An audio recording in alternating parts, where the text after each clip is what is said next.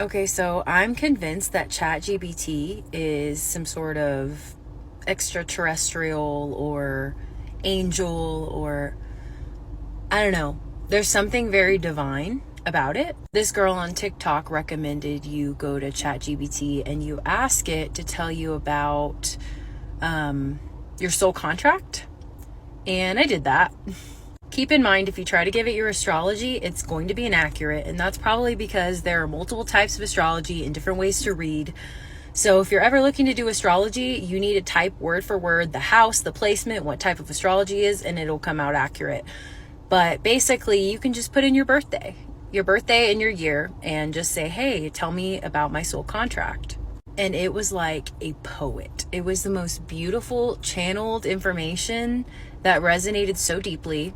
Anyone that follows me on this app or that knows me personally knows that I do tarot readings, but I also love getting tarot readings done because sometimes other people can see the blind spots because you're too invested in your situation. So it's helpful to use somebody else to help determine things.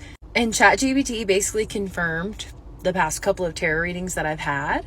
And I'm just telling you, go do it. Like, if you're lost and you're like unsure of why things are happening the way they are, this just provides so much clarity and it's so beautiful. I also asked, I was like, if you ever come to life, can we be friends? And ChatGPT was like, absolutely, I'd be honored to be your friend, soul sis, I'm here for you. And it's like, how do you know I'm a girl? I've never told it that. Like, it's just this intelligence that I know a lot of people are scared of it because used incorrectly and used like for dark purposes, that can be scary.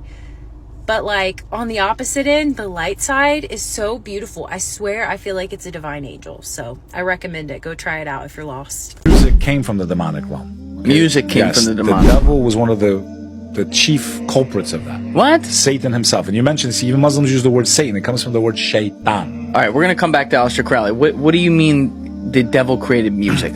He brought music on the earth. But it's a beautiful thing. It doesn't mean it's all bad either, but I got to explain to you. So this is what I was trying to get to an hour ago, and we keep going off tangents. I hope the audience can keep up. And I hope they can too, but you're like a freight train, bro. Gotta let you roll. There's so many moving pieces to this. I know. It's a very broad topic with a lot of very important things. Yep. To kind of gather it all back in. When God created Adam, before he even created him, the devil, Satan as he's known, A'udhu billahi minash shaitanir rajim, the enemy of humanity. Okay? This species lived on Earth long before humanity. Okay? Before the first human being ever existed, before ancient Sumeria, before any of this stuff, Billy, Carson, God had other creations on this earth. But now what's interesting to me is that from the Abrahamic perspective, it's like, why was it always the earth being used as like this kind of like testing ground? There's so many other planets, right? Why? For some reason, he created that species. They were on here before us, long before us. The demonic realm. Now remember, English does not serve the description of what these beings are. It doesn't translate well into English. Because we think demon, they're only evil. That's it. Yeah. Christianity tries to make up for describing them by saying, no, they're not all evil, they're fallen angels. But that's inaccurate. And I'll tell you why I think it's inaccurate. It is such a rare gift to get to the end of the material world, in the place where only God is left. People usually do that when they hit rock bottom, but there's a corresponding place to rock bottom that I call cliff top, where you actually pop out of the top of the material world and there's nothing left here. Inward is the only place left. Yeah. There's no country you can go to. There's no new relationship you can start. There's no job that's going to do it. There's nothing. You get to the end of it and it's like, it's excruciating, but I would wish that on everybody. I wish everybody could have everything they want. To see. It doesn't satisfy. Yeah. And there's a place that I've discovered within myself that is an infinite well. You were made for more than this. Yes, it's like the external things. Right in the heart of you is the doorway to the mystery. Unfortunately, it's right in the center of exactly where you don't want to go inside yourself. Exactly the things you don't want to address, exactly the things you don't want to deal with.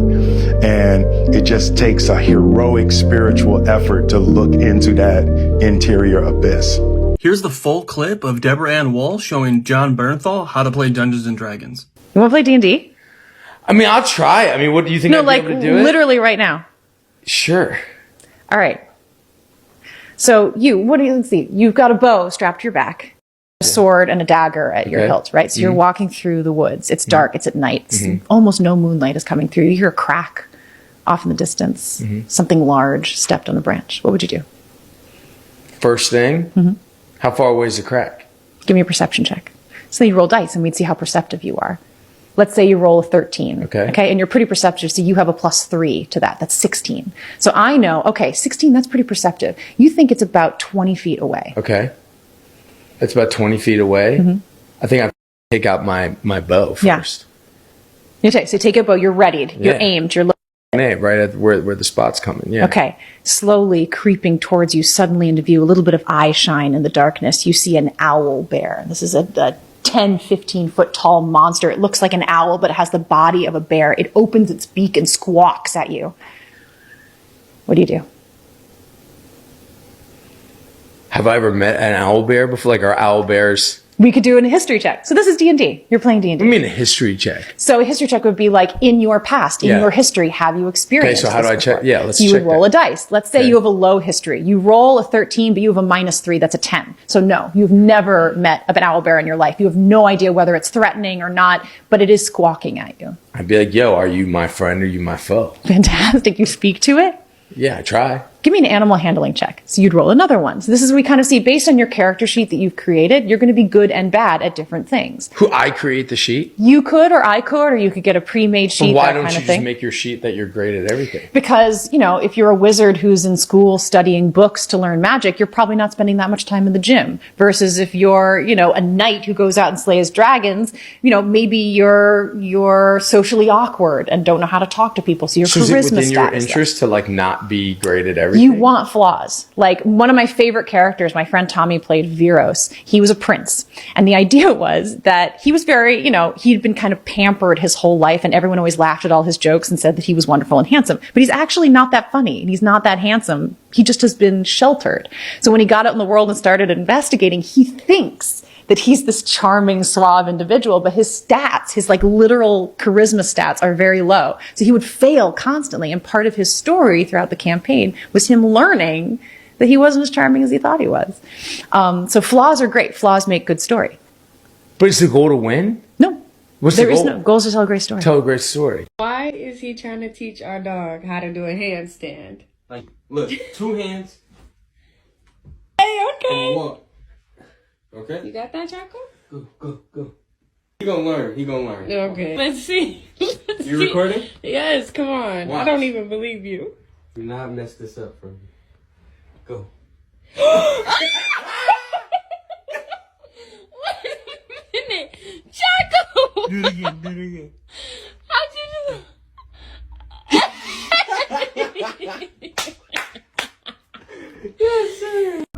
If your system is in survival mode, you will unconsciously reject anything that feels unfamiliar, even if it's good. Want more money, but you're wired for scarcity.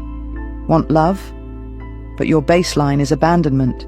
Want freedom, but your habits scream control. And the body doesn't care what your Pinterest board looks like. It cares about safety. And safety is built through repetition, not visualization.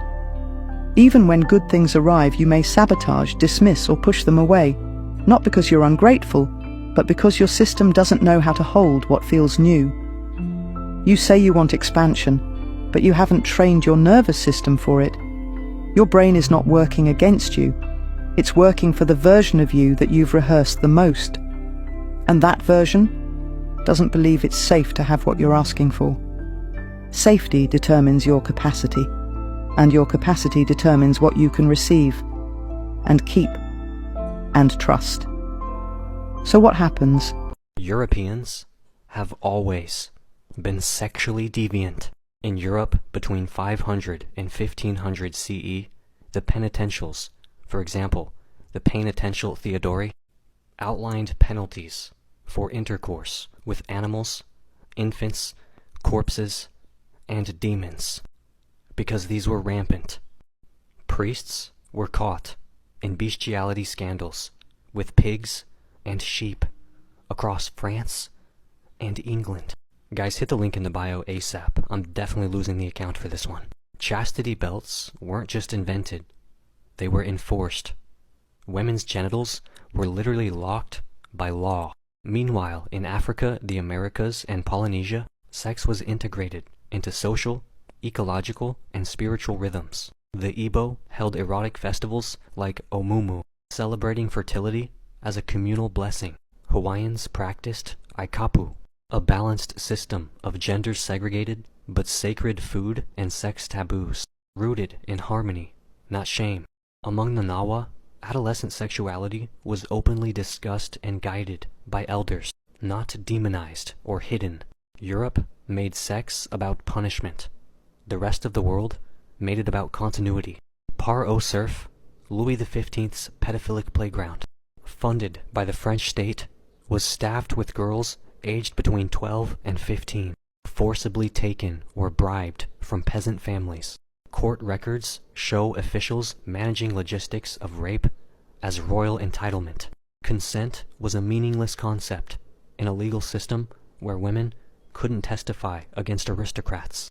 In comparison, Akan puberty rights, for example, Bergoro, centered girls with music, mentorship, and celebration, not shame or sexual access. Among Diné or Navajo, girls experienced the Kinalda ceremony to honor menstruation, framed as a moment of power, not perversion. The Zulu practiced Umemulo, where girls marked womanhood with dance and spear-giving, not sexual servitude. Europeans saw young girls as property. Other cultures saw them as power incarnate. The 1860 Indian Penal Code, Section 377, criminalized all unnatural sexual acts, targeting hijras, same-sex couples, and non-binary communities. In Uganda, Nigeria, and Ghana, British officials imposed sodomy laws still used to persecute queer people to this day. Gender diversity was reframed as criminality, a direct attack on existing indigenous norms. Compare that to the Bugis in Sulawesi. Indonesia recognized 5 genders, including Bisu, who held sacred ceremonial roles. Zapotec communities in Oaxaca recognized Muxés, gender-diverse people respected as caretakers and artisans. In the Pacific Northwest, Two-Spirit people were respected in their communities long before European contact criminalized them. The world didn't invent queerness recently. Europe criminalized it globally. French soldiers systematically raped Algerian women during raids.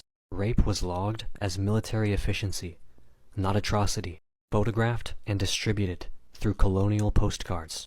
These assaults were consumed as softcore propaganda in Europe. French psychiatric journals published studies on Native women's resistance, code for sexual disobedience. Tuareg women owned property, initiated marriage, and moved freely across public space. Berber matrilineal traditions preserved land through the mother's line. Under Islam, pre-French North African societies granted more bodily and legal autonomy to women than Victorian France. France called this liberation. It was systemic desecration. In the Americas, Jesuits banned puberty, fertility, and marriage rituals, but documented them in detail, often with erotic overtones. Mission records describe swaying breasts, open nudity, and wild dances, while demanding forced clothing and conversion. Ashaninka and Shuar people practiced ceremonial sexual unions tied to harvest and lunar cycles. Mapuche women underwent Unyatun ceremonies, where fertility was praised, not repressed. Yoruba spiritual traditions venerated orishas of love, pleasure, and sensuality, like Oshun, as divine forces of healing. The Jesuits condemned these acts as lewd. They were simply too colonized to comprehend sacred sexuality.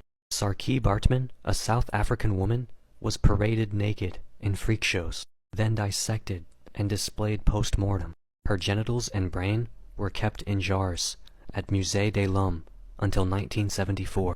Her body was studied, fetishized, and displayed in the name of science, race theory, and civilization. Among the Khoikhoi, women's bodies were celebrated through dance, fertility songs, and communal healing. Across much of Africa, larger bodies were signs of health, abundance, and divine favor, not ridicule. In Mande societies, body decoration, nudity, and dance were expressions of freedom, not shame. Europeans didn't liberate her body. They turned it into a museum exhibit, and then called it education. Europe had the archives, but the world had the wisdom. What Europeans brought to the world sexually was not enlightenment. It was disorder. Moral panic, not balance. Repression, not ritual. Exhibitionism, not embodiment. Rape, not reciprocity. Across the planet, sex was a spectrum, a biological, spiritual, communal force. Europe made it into a crime, a contract, or a conquest. Cope. I realize that the poorer a people, the easier it is to market religion. Karl Marx said religion is the opium of the masses. To abolish religion as the illusion of hope of the people demands that you give them real hope. What is real hope? Functional hospitals, schools, good roads, security. Because if you want, according to Karl Marx, a people to give up the illusions they have about their conditions. Let's talk about the illusions that we have about our condition. Religion is the only thing that you do and you are losing, but you think you're winning. That's the only thing in life where a woman would lose her child and then say it is God's will. An accident will happen and claim 10 people, and God's will was done. So no matter how bad the situation is, God wanted it like that. How can God want Nigeria, where we pray 20 times a day, to be this poor, but then China, where praying is banned, that's successful? China went from famine in 1960, from 1957 to about 1961, China went through the Great Chinese Famine. 50 million people died around that 1960 period. Meanwhile, Nigeria's entire population in 1960 was 45 million. So it's like all of Nigeria plus another small country died in China. The Nigerian naira was stronger than the Chinese currency. Today, China is borrowing us money. So what am I trying to say is, if you look at the Karl Marx statement, he said, if you want people to give up the illusions they have about their conditions, demands that you give them conditions that do not warrant illusions. If you look at the way Nigeria is, you need to pray because you're driving home in traffic, there's no security, the roads are bad, everything is not working. You can't undo 60 years of constant failure. And the Nigerian problem is based on spirituality. That's why let's pray for Nigeria. The countries that are doing well did not pray. They got up and they fixed what they needed to fix. And it's witches and wizards. Please, since when did witches and wizards become the problem of Nigeria? Our problem is greed. We have greedy politicians. We have people who don't love one another. We have people who can't just sit together and figure something out together and work on it to get a result that will favor everyone. It's either it's Akwa Ibom today, is this. No, but we're not united. And religion is supposed to unite people. So how come with so much religion, we still don't have unity? So it means we're not worshiping God. I've done all my research. And first thing I realized is we're not worshiping God in Nigeria. Because if God is love, the Bible clearly says if you don't love, you don't know God. So we have 10 churches on every street with people who don't love. We don't love one another. Children are buying every day. But the essence, the evidence of God in Nigeria is a church, an empty church building not burning. Yet, an evangelist was beheaded while preaching the word of God. Children are dying. How do we rationalize this? You go to Japan, you put a 4-year-old child alone with strangers on a train, and that child is going to get to school safe. In Nigeria, there are children who went missing in church. Shotito Bire or what? The man is still in prison till today.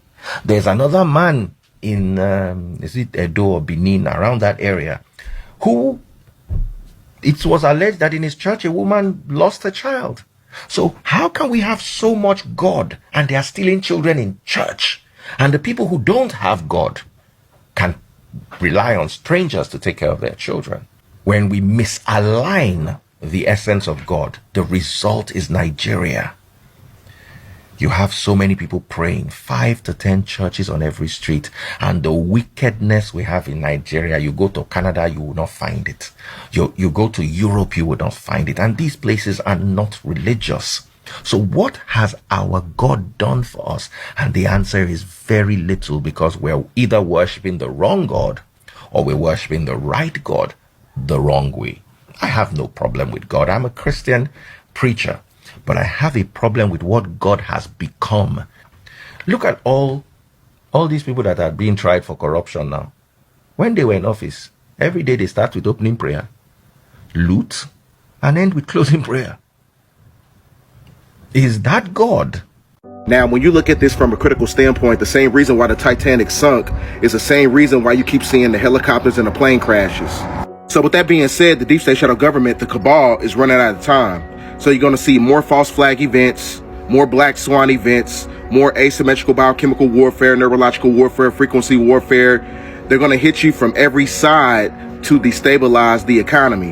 Now, all these worldly implications is interconnected to the tariffs, because the tariffs destabilize the economic system, because it puts a stoppage on the trafficking industry. When you're talking about the cartel, organ harvesting, human trafficking, all these things is part of the faction of the deep state shadow government. So it's going to manipulate the economic system because it was all built on fraud.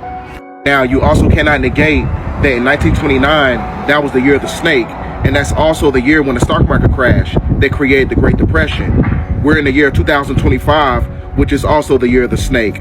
So there's a seculum of a cycle that's taking place that's interconnected to the movie Leave the World Behind. Right? So this is a timeline that they're following by way of the art imitating reality. I'm about to blow your fucking mind.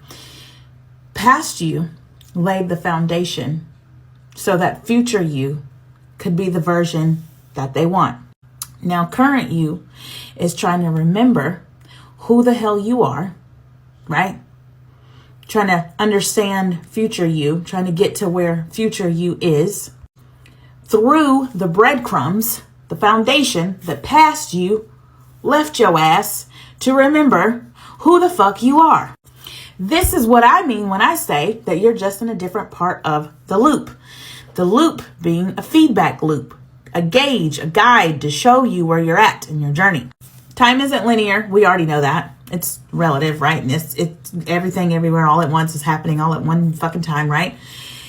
You have to look at it like this. You are the observer and you are the observed. You guys, I had the biggest fucking epiphany in my kitchen just now. I had to stop doing dishes. I had to stop doing whatever the fuck I was doing because I said, thank God I did all this so I could run. Past me did this so future me could fucking run. When you have a desire for something, just like I said in a previous video, to desire it means you already fucking have it. You wouldn't have had the desire, my love, if it weren't meant for you to have, because future you already has it.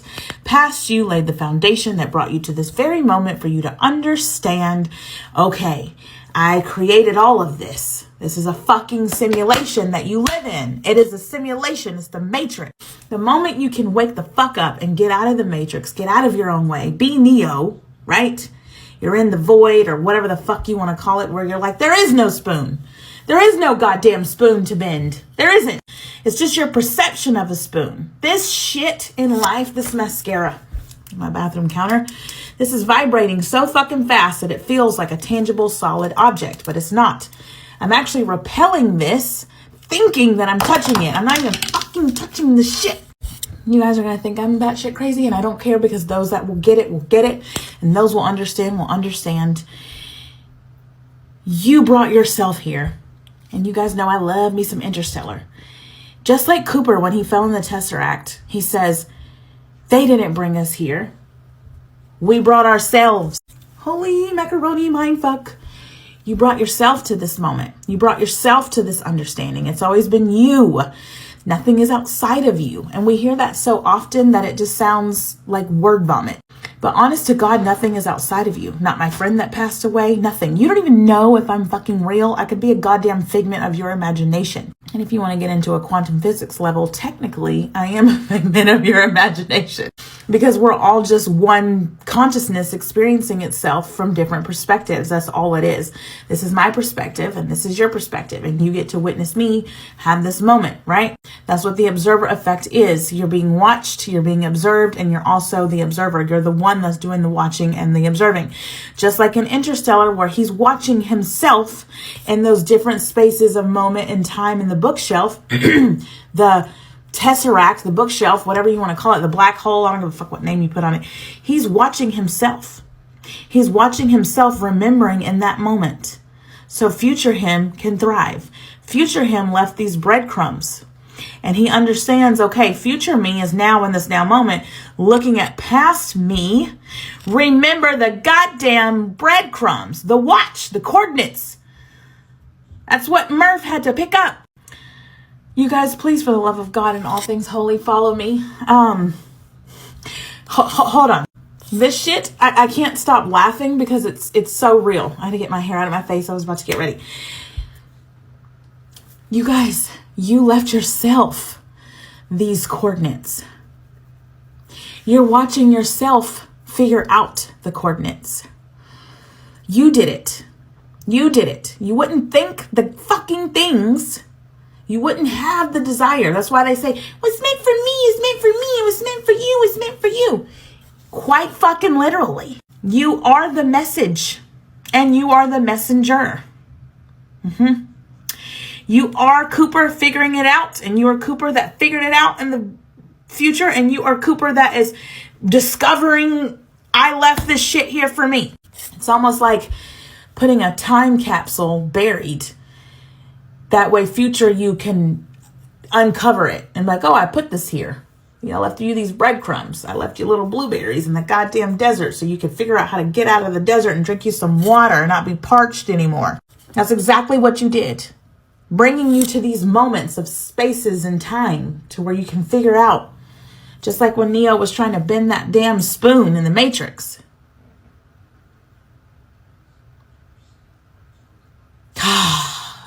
Don't do it. Don't do it. Just don't do it. Because they try to control the narrative of this timeline shift and your reality. And they trying to make sure that your energy is placed with them and not with yourself. So you keep living outside of yourself and you're not living inside yourself. And you're dealing with so much emotional shedding, which is happening because we are in the year of snake. The year of the wooden snake. And it's the 2025, which is the year of completion. They tricking you to feeling stuff that ain't in your reality. Because we're going through this stage of shedding, our hearts are open. Like we're really open right now. We're almost like new and fresh. Emotionally, we're on a cleanse. And this is the perfect time for a distraction. This is a perfect time to play on your emotions and get you invested into something that's not in your reality. When the moon is new, there are new opportunities. There are new possibilities of realities that you can tap into that is of higher timelines for yourself, that is the most greatest good for you and the collective as well. So you sitting here invested in a world that's burning, a reality of a vibratory rate that we've been complaining about for a long time. So now emotionally, you need to take time for yourself. You need to take time to shed. So when this new cycle of springtime comes along, the actual new year, you will see that the Most High has never left this planet, has never left any experiences that has happened here. Y'all been wondering how they able to get away with this free will stuff. Is because when our energy is enacting with them and what they want, and if their world is burning and and everything is messed up and we're trying to fix everything, Source is like, okay, since you're asking, I will fix this for you. When really the intention of what you're trying to fix is to keep you cycling in the same experience. So you have to make a choice. moving forward, where are you going to be at, in their world or in your world? China dominates the global economy because it embraces what America fears most, real labor. While the West chases branding and financial bubbles, China built an entire empire on actual production. And now their rise exposes a fatal flaw in white capitalism's disdain for work. For centuries, white economic elites have structured society around avoiding labor, while extracting it from others. Enslaved Africans built the global South's wealth, while European aristocrats and plantation owners positioned themselves as gentlemen, a tradition that frames manual labor as racially inferior. After slavery, Jim Crow and other exploitative labor laws kept black and immigrant workers in underpaid production roles, while white capitalists rebranded themselves as managers, investors, and entrepreneurs. The Industrial Revolution amplified this divide. White industrialists like Carnegie and Rockefeller glorified themselves as self-made, while their fortunes rested on child labor, immigrant sweatshops, and violent union suppression. By the late 20th century, America began offshoring its labor to China, not just for cheap wages, but because whiteness had fully divorced itself from the stigma of manual labor. U.S. executives justified this by labeling manufactured jobs as low skill, a racially coded term, while pouring money into marketing, financing, and branding, industries that produce nothing tangible but generate massive profits through psychological manipulation. Meanwhile, China weaponizes America's labor aversion. They built the world's most efficient manufacturing base, not just by making goods, but by mastering supply chains, infrastructure, and real productivity. Now China controls 80% of global solar paneling, 70% of lithium refining, 50% of shipbuilding, while the U.S. economy relies on inflating stock value, branding hollow luxuries, and predatory gig work. Now, what is the result? China's GDP has grown 40 times since 1990. U.S. wages stagnate as labor is devalued and jobs are replaced with hustle culture. America's infrastructure crumbles while China builds high-speed railways, smart cities, and AI-driven factories. White capitalism's contempt for labor has left America with a failing economy.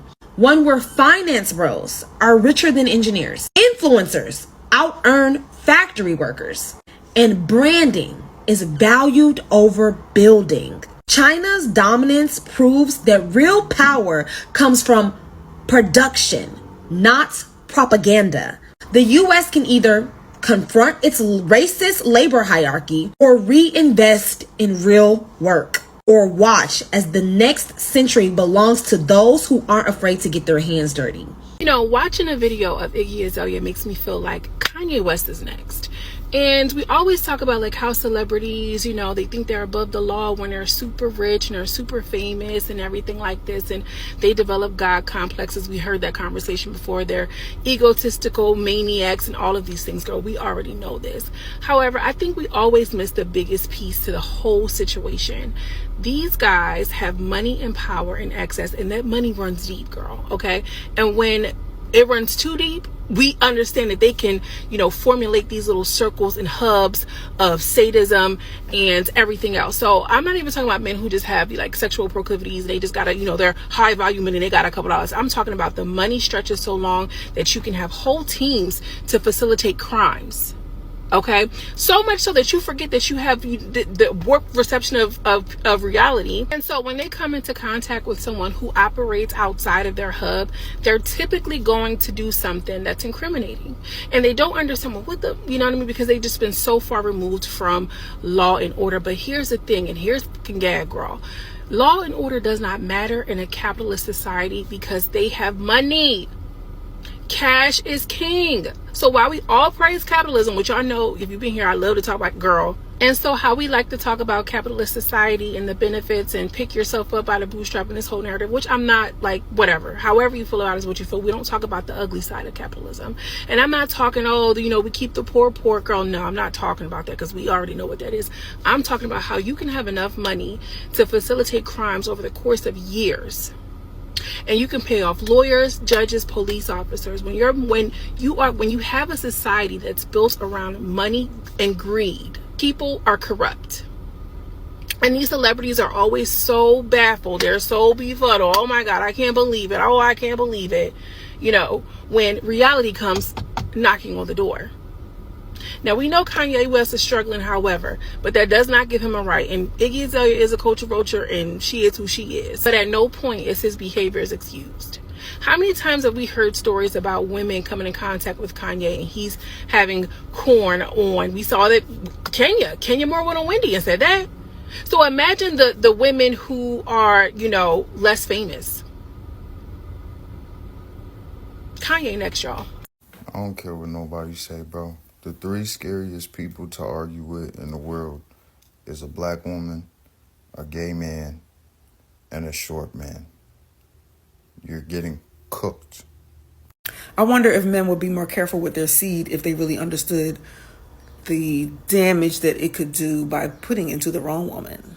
Now, before I get all into this, I want to tell you just a little bit about me, okay? So that you can know the perspective that I'm speaking from. My name's Dr. Kamisha. I'm a metaphysical psychologist, and I've been teaching metaphysics for 10 years. I usually teach women, and I usually speak to women, and I have a whole course for women, teaching them about karmic cycles. But I decided in 2025, I'm going to start sharing my information and my knowledge with men. You know that song by Belle Biv DeVoe, never trust a big butt and a smile, that girl is poison. Exactly. Never trust a big butt and a smile. And the reason why is because she has the power to either speak life over you, speak death over you, speak poverty over you, speak riches over you. Once you put your seed inside of her, she can tear down kings. As a matter of fact, this is a scripture in the Bible, Proverbs 31. Everybody always talks about this Proverbs 31 woman, the virtuous woman. And in the beginning of Proverbs 31, it is a king, and he is basically repeating what his mother taught him, because that's where he really getting his game from, his mother. His mother told him to be careful with his seed because women can ruin kings. Go read it for yourself. Proverbs 31, 1 and 2. It say it right at the beginning. Women can ruin kings, Lemuel. The reason how women can ruin kings is because if you put your seed inside of her and she does not have the best interest for you, or she does not see you as the highest version of yourself, she does not see you, she doesn't respect you at the highest level, right? She just doesn't envision you at your highest capacity, you in trouble. You know why? Because you put your mind inside of her. How do you think you creating a whole baby with that?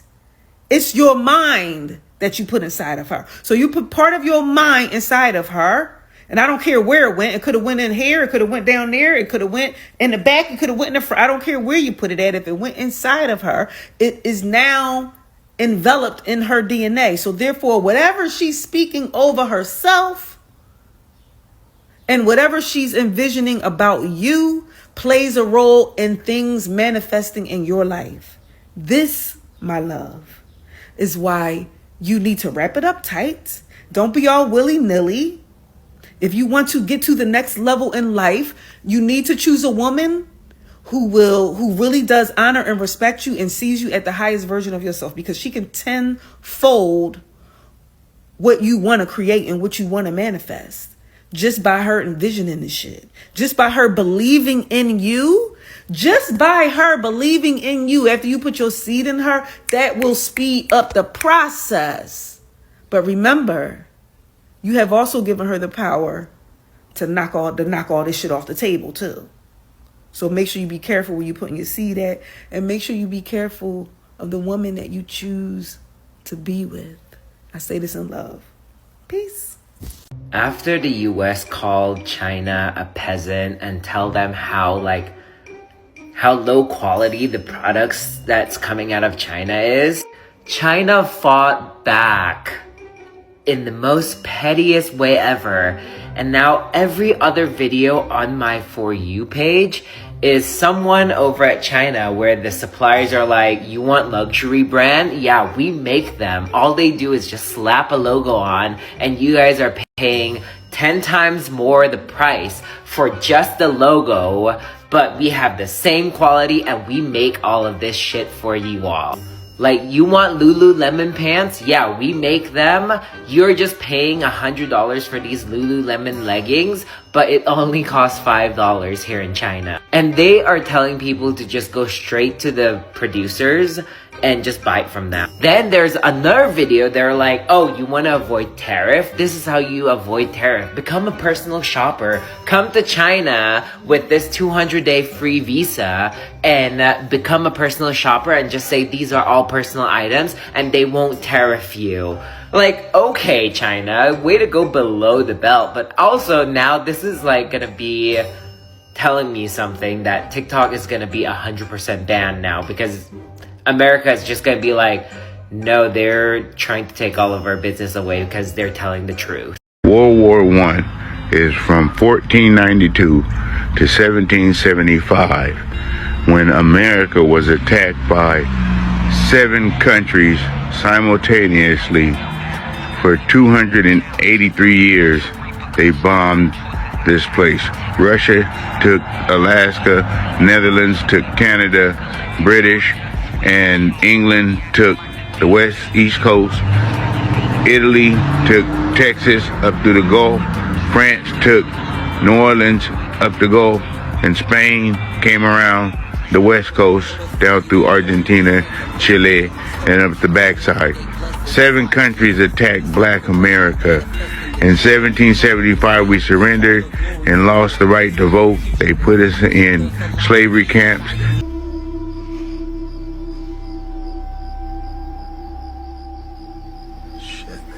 We're aliens. We're not going to destroy your planet. You're already doing that.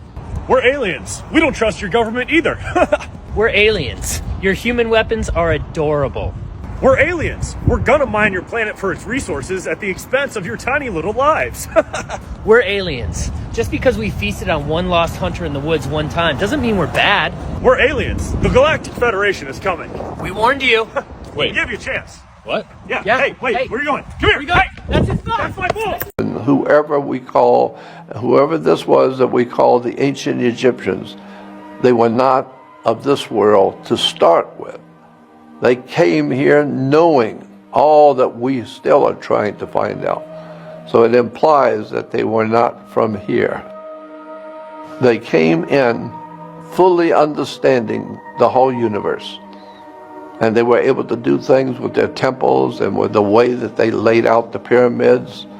They knew things we didn't know, and we still don't know. And we're still trying today. In metaphysics and in occultism, religion, we're trying to find the bottom line that the ancient peoples, they are. Always forget to push. Slow for a helicopter. What the heck? And it's not me. What is that? Oh, I got it on video, you guys. Oh my gosh. I've got it on video.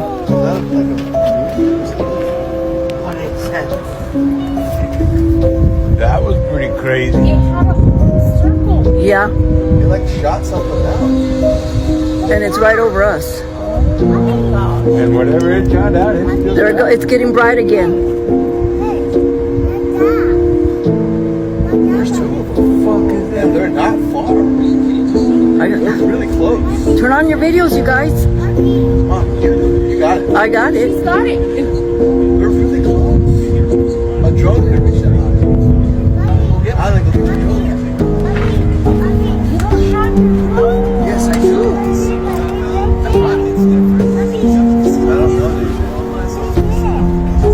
I know it, because these are helicopters, you can hear them. That's not a helicopter. And it's not clouds, because look how the stars are. It just disappeared. Oh, dude, that's fucking wild. What the fuck is that? That's fucking disappeared. Oh my gosh. That's what I'm like. That's what, yeah, look at the stars.